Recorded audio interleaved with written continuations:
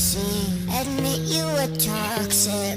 You poisoned me just for another dollar in your pocket. Now I